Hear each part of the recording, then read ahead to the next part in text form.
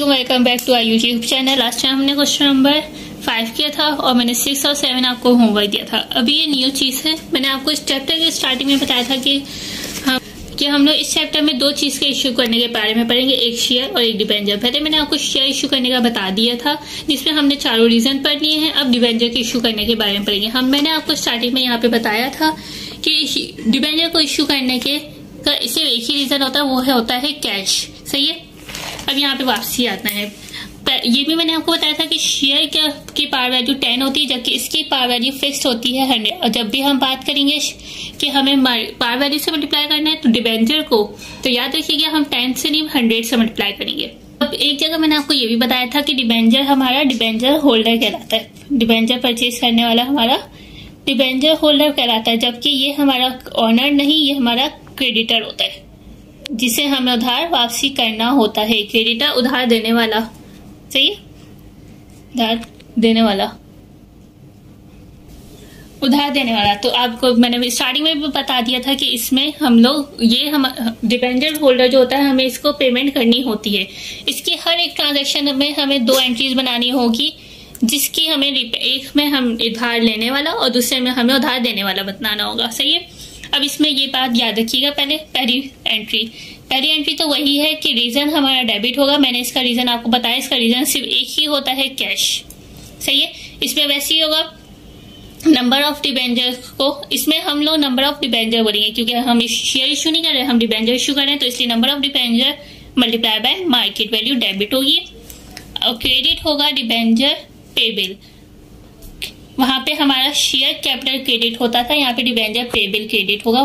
Transaction में बताएगा कि हम इश्यू शेयर कर रहे हैं या डिबेंचर कर रहे हैं, तो उसी के हिसाब से हमारी एंट्रीज बनेगी। सही है।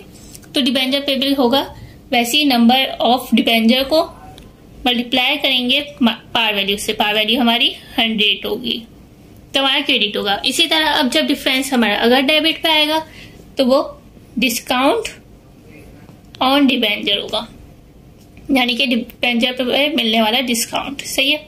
इसी तरह अगर प्रीमियम हुआ तो हम यहाँ पे लिखेंगे प्रीमियम ऑन डिबेंचर, तो प्रीमियम ऑन डिबेंचर। तो यहाँ पहली एंट्री में हमने वो सीखा जिसमें हमने डिबेंचर इश्यू किया है कैश के लिए। अब यहाँ पे आइए, पहले इस एंट्री में हर ट्रांजैक्शन में हमें 2 एंट्रीज के लिए बनाना है। पहले पढ़िए, इश्यू किया 1000 debenture of ₹100 each at par तक हमारी एक एंट्री से, और दूसरी रीपेबल से स्टार्ट करिएगा, पार तक दूसरी एंट्री है। ये हर कुछ ट्रांजैक्शन में आप लोग कर लें। यहाँ पे देखें रीपेबल से दूसरी एंट्री शुरू हो गई, यहाँ पे पहली खत्म हुई, यहाँ पे रीपेबल से दूसरी, यहाँ पे 80 पे पहली खत्म हुई। सही है। अब ये लास्ट में हम दोबारा आते हैं। पहले अब ये जो एट पार वाली थी ना, वो हमने यहाँ पे बना दी है। अब रीपेबल की क्या पहले ही बताया था, ये हमने बताया था कि उधार देने वाला होता है। अब जब हम उधार ले रहे हैं तो उधार की पेमेंट भी तो हमें करनी पड़ेगी ना, तो उधार की पेमेंट हमें इस ट्रांजैक्शन में मिली है कि हमने रीपेबल किया है 5 साल बाद। जब 5 साल बाद हम रीपेबल कर रहे हैं और पार पे ही करेंगे, तो हमारी सेकेंड एंट्री नहीं बनेगी, नो एंट्री, क्योंकि जितना हमने उससे उधार लिया था उतना ही हम उधार प्रॉफिट की शक्ल में देते रहेंगे। जो मैंने आपको बताया था कि प्रॉफिट हम देते हैं इंटरेस्ट पे। डिबेंचर को मैंने आपको बताया था स्टार्टिंग में, यहाँ पे मैंने आपको बताया था जैसे कि डिबेंचर होल्डर को उधार देने वाला होता है, जो हम लॉस हो या प्रॉफिट हो हमें देना पड़ता है प्रॉफिट, और उसको इंटरेस्ट कहलाता है उनका। इसी तरह तो जितना हमने लिया है उतना ही हमने पार पे हमने उनसे खरीदा था, हमने पार पे पेमेंट कर दी, तो हमारी सेकेंड एंट्री बनाने की जरूरत नहीं है। लेकिन जब बोले कि पार से ज्यादा पे हो रही है, तो हमें सेकेंड एंट्री बनानी पड़ेगी। सही है। और सेकेंड एंट्री कैसे बनती है वो आप देख लीजिए। Loss on redemption debit, loss on redemption debit, redemption premium credit. अब इसकी नरेशन मैं आपको सॉल्यूशन के साथ साथ लिखवा दूंगी ताकि कंफ्यूजन नहीं हो आपको। इसका तरीका कार ये होता है कि नंबर ऑफ शेयर्स को मल्टीप्लाई करते हैं डिफरेंस से। अब ये डिफरेंस क्या होता है ये मैं आपको बाद में बताती हूँ। सही। अब इसमें एक दफा दोबारा रिवाइज कर लीजिए कि क्या सीखा हमने कि हमारा पार वैल्यू से। इसी तरह डिस्काउंट अगर डिफरेंस डेबिट पे आया तो डिस्काउंट ऑन डिबेंचर, क्रेडिट पे आया तो प्रीमियम ऑन डिबेंचर। दूसरी एंट्री हमारी उस वक्त बनेगी जब रीपेमेंट पार से ज्यादा पे हो। जैसे यहाँ पे रीपेमेंट हो रही है पार से ज्यादा पे, कितने 102 100 होती है ना पार वैल्यू, जहाँ पे 2 रुपए ज्यादा पे हो रही है, तो फिर सेकेंड एंट्री बनेगी। यहाँ पे हमारी सेकेंड एंट्री नहीं बनेगी। चलिए अब इस क्वेश्चन को हम यहाँ पे सॉल्व करते हैं ताकि इजिली आपको सही से समझ आ सके। अब पहली ट्रांजेक्शन को पहले सॉल्व करते हैं। यहाँ पे बोला इश्यू किया 1000 डिबेंचर। अब डिबेंचर को इश्यू किया है, किसके लिए किया, रीजन आपको पता है। डिबेंचर का रीजन एक ही होता है, कैश। सही है।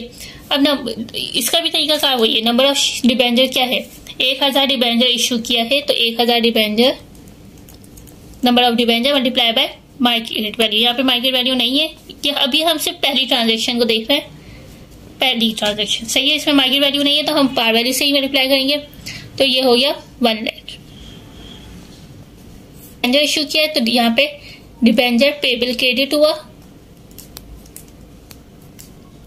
Number of debenture multiply by par value यहाँ पे 100 है तो ये भी हमारा हो गया 1 लाख।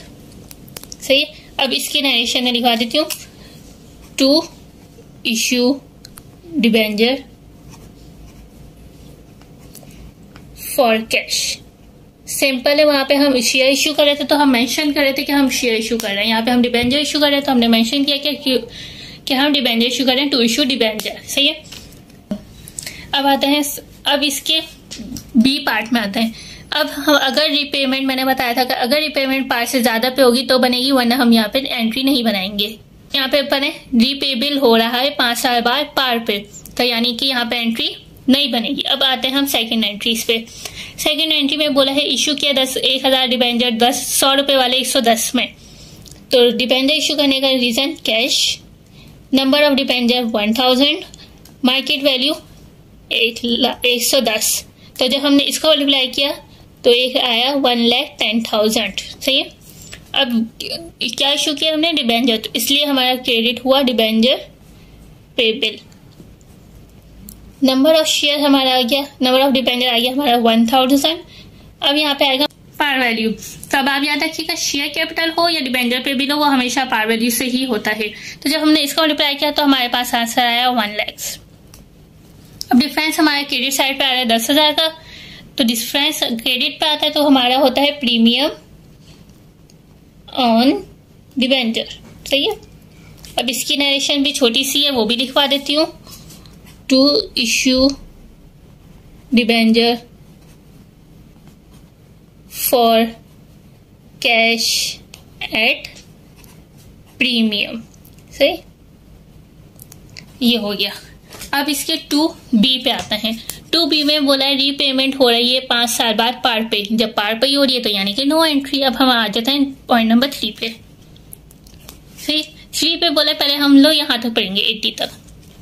इश्यू किया 1000 डिबेंचर 100 रुपए वाले 80 रुपए में, रीजन हमारा आ गया कैश, नंबर ऑफ डिबेंचर 1000 है, 1000 को मल्टीप्लाई किया मार्केट वैल्यू से, मार्केट वैल्यू 80 है तो ये होगा हमारे 80,000। सही है। अब क्या इश्यू किया, डिबेंचर, तो इसलिए हमारा डिबेंचर पेबल क्रेडिट हो रहा है। नंबर ऑफ डिबेंचर है 1000 और इसको मल्टीप्लाई करेंगे पार वैल्यू से, तो हमारे पास वैल्यू आ गई 1 लाख। डिफरेंस हमारा डेबिट पे आ रहा है 20,000 का, तो हम डिबेंचर लिखा यहाँ पे, और जब डिफरेंस हमारा डेबिट पे आता है तो हमारा कहलाता है डिस्काउंट। तो ये डिबेंचर है तो इसलिए हमने यहाँ पे लिखा डिस्काउंट ऑन डिबेंचर। सही है। अब इसका नरेशन भी मैं लिखवा देती हूँ, टू इश्यू डिबेंचर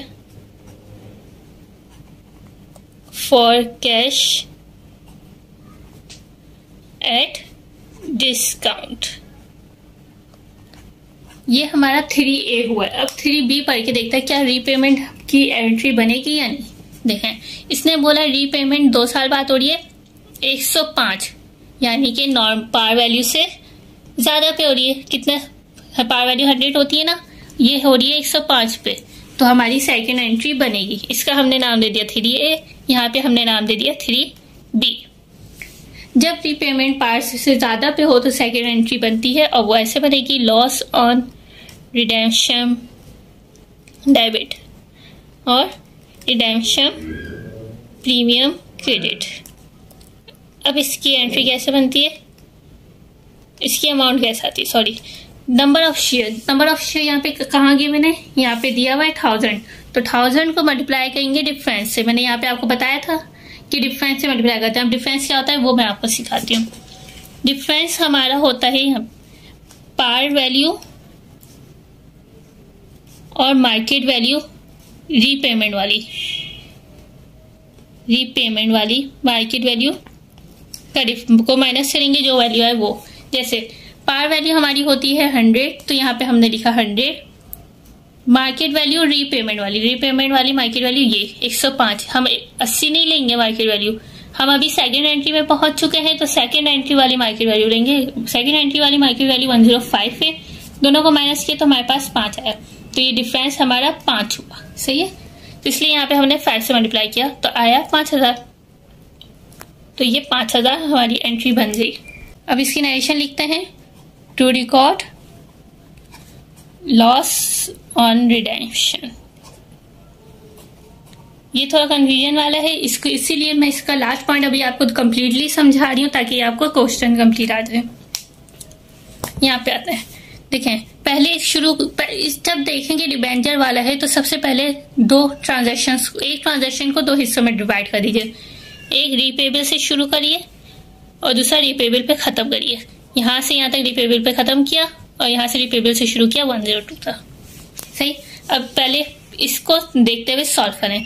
इसमें क्या किया, 1000 डिबेंचर इश्यू किया 100 रुपए वाला 102 में।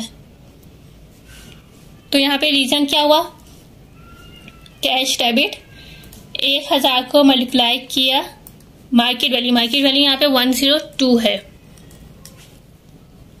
तो जब मल्टीप्लाई किया तो वैल्यू आ गई हमारी 1,02,000। सही है, उसके बाद इश्यू किया था हमने डिबेंचर पेबल, तो डिबेंचर पेबल हमारा क्रेडिट हो गया। इसमें नंबर ऑफ डिबेंचर को मल्टीप्लाई किया हमने पार वैल्यू से 100, तो वैल्यू आ गई 1,00,000। अब डिफरेंस हमारा क्रेडिट साइड पे 2000 का आया है, तो डिफरेंस क्रेडिट वाला हमारा कहलाता है प्रीमियम ऑन डिबेंचर। तो इसकी नरेशन आप लोग खुद बना सकते हैं। आप यहाँ पे देखते हुए to issue debenture for cash at premium, क्योंकि ये वाला हमारा प्रीमियम पे हुआ है। ये यहाँ से यहाँ तक हमने सॉल्व कर लिया। अब बारी है रीपेबल से आगे वाली की। अब देखें रीपेबल हमारा 5 साल बाद जो हो रहा है, जिसकी हमें अदायगी करनी है, वो 102 पे हो रही है, पार से ज्यादा पे हो रही है, तो यानी कि हमारी 4B एंट्री बनेगी। इसका नाम 4A दे दिया हमने और ये 4B एंट्री बनानी है। एंट्री तो बनानी फिक्स है, जैसे भी हो आपकी फिक्स एंट्री बनेगी। लॉस ऑन रिडेम्पशन ये फिक्स है, इसमें कोई चेंजिंग नहीं है। Loss on redemption debit, redemption premium credit.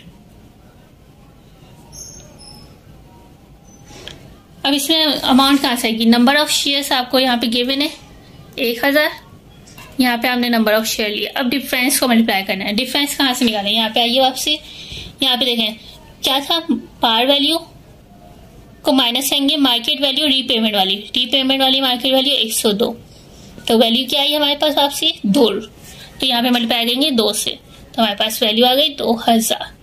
और इसको रिकॉर्ड भी नरेशन करेंगे, तो रिकॉर्ड रिडेम्पशन और to record loss on redemption. इसको गौर से समझ लीजिएगा।